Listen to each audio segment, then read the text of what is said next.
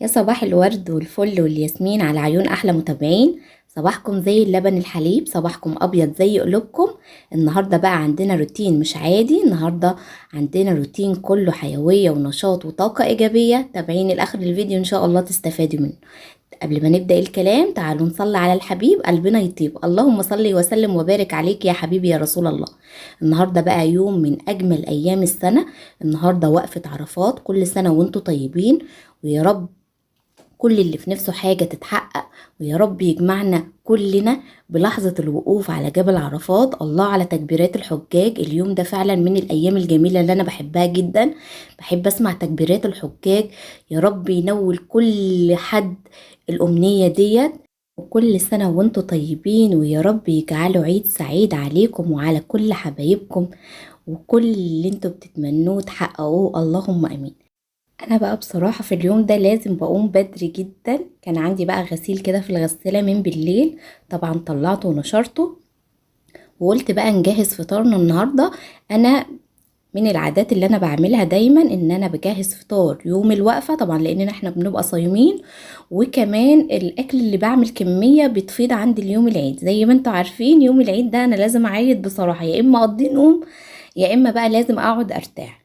طبعا كنت مطلعه لحمه وكان عندي حمام، كنت مطلعاه ونقعاه كده من الفجر. وجيت بقى طبعا دخلت بقى غسلت اللحمه بتاعتي كويس والحمام، وقلت اعمل تتبيله الرز بتاعه الحمام. زي ما انتم شايفين نزلت بكميه من الزيت، وحطيت معلقه كده من السمنه، ونزلت بالرز بتاعي. وقلت بقى على ما الرز بتاعي يحمر كده ويتشوح اكون كمان شوحت اللحمه بتاعتي. جبت معايا حله على النار وحطيت فيها بقى حته دهنه كده عشان تحلي الشوربه وتخليها جميله. ونزلت باللحمه بتاعتي وقلت بقى ايه، اللحمه تتشوح وكمان الرز بتاع الحمام على ما يحمر كده اكون انجزت كمان صينيه بطاطس. زي ما قلت لكم انا بعمل كميه الاكل بتكفيني لفطار يوم عرفات، وكمان بتكفيني يوم العيد. والله لو قلت لكم كمان احنا قضينا بها اول يوم وتاني يوم العيد كمان مش هتصدقوني، لان كان كميه الاكل كبيره وكنا فيها بقى لحد ما ايه الحمد لله يعني خلصناها وكده. جيت بقى هنا قلت اعمل بقى صينيه البطاطس زي ما قلت لكم. طبعا كنت مقشره بصل، ابتديت بقى اقطع البصل بتاعي حسب ما انتي عايزه تقطعيه قطع صغيره، عايزه تقطعيه جوليان براحتك. انا بصراحه بفضل ان انا اقطعه حلقات كده زي ما انتوا شايفين. ابتديت بقى اعمل البصل بتاعي زي ما قلت لكم. النهارده انا بستغله، دايما بعمل الفطار وغدا اول يوم العيد. ولو بقى عندي حاجه في الشقه انا بعملها تشطيبات بقى بسيطه، حاجات كده يعني زي ما بنقول بنفنش على الشقه بتاعتنا. اي حاجه بقى لسه ما عملتهاش بفرش الارضيات كده. يعني اليوم ده بصراحه بستغله في كده. زي ما انتم شايفين بقى ابتديت بقى احط التوابل بتاعتي على البصل. حطيت كنت بقى عامله كميه من التوم، يعني حوالي 10 فصوص من التوم كده وكنت دقاهم. ومعايا بقى معلقه كبيره من الكمون، معلقه صغيره من السكر، ومعلقه صغيره من الملح، ومعايا ورقه او مكعب من الماجي. زي ما قلت لكم دايما بتحبي تستغني عنه مفيش اي مشكله. معايا نص معلقه من الفلفل الاسمر، وببتدي انزل على بالتوابل بتاعتي دي على البصل. والريحه بتاعته ما اقولكوش بقى على الجمال مع التوابل دي. ابتديت انزل بقى بعصير الطماطم بتاعي، وطبعا البطاطس كنت مقطعاها حلقات وكنت طبعا غسلاها ونقعاها في الميه. ابتديت انزل بالبطاطس بتاعتي. هحط كده نص معلقة من السمنة عشان تطعم صينية البطاطس بتاعتي، وهحط كمان حوالي معلقة ونص من الزيت. دي بتساعد جدا في تحمير بقى صينية البطاطس بعد ما بتعمليها وبتخليها جميلة جدا. خلاص بقى خلصت صينية البطاطس بتاعتي، هبتدي انقلها على البوتاجاز. هاجي هنا بقى كانت اللحمه بتاعتي اتشوحت، وكنت زودتها بقى الميه السخنه بتاعتي المرقه بتاعتها.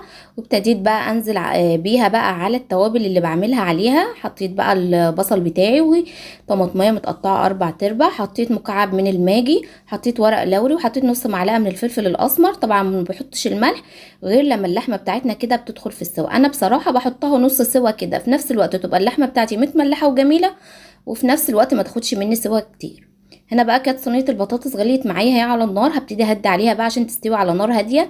وكمان تتبيله الرز بتاعت الحمام بتاعتي ابتدت تديني خلاص، الرز ابتدى يديني اللون الذهبي اهو. كنت طبعا مقطعه الكبد والقوانص قطع صغيره، هبتدي انزل بيها على الرز. طب يا مولينا لما بتنزلي الكبد والقوانص هل ما بتزفرش الرز؟ ابدا ابدا ابدا، لان الرز بتاعي بيبقى درجة حرارته سخنة جدا جدا. انت بتعملي للكبد والقوانص صدمة، وقبل كده انا قلت الكلام دوت. وعلى فكرة انا عملت تتبيلة الحمام في القناة كذا مرة، تتبيلة الرز بتاع الحمام. خلاص سبتها بقى، كان حوالي 10 دقايق، يعني انا ما حطيتش المية على طول، لا كنت سايباها 10 دقايق كده، لان في نفس الوقت مش عايزة احمر الكبد والقوانص في البداية عشان ما تنشفش مني. خلاص بقى نزلت كده بكوبايه ونص من الميه، ابتديت احط التوابل بتاعتي. حطيت معلقه من الفلفل، نص معلقه من الفلفل ومعلقه من الملح، وحطيت اللهم صل على النبي معلقه من بهارات اللحمه. في الحقيقه انا في الفتره دي مش بكتر بهارات، البهارات دي لعبتك انت، حاولي ان انت بقى تلعبي براحتك في البهارات. بس انا الفتره دي يعني عشان ظروف الحمل وكده، فانا يعني ايه ما بكترش في التوابل لان هي بتتعبني. انت بقى عايزه حطي اللي انت عايزاه.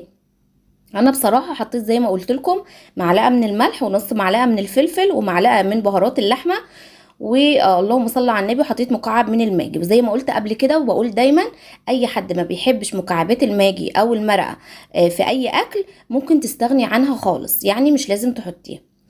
خلاص بقى كان الرز بتاعي بقى استوى نص سوا كده، لان طبعا ما بسويهوش التسويه الكامله، لانه طبعا لسه بيتسوى داخل الحمام.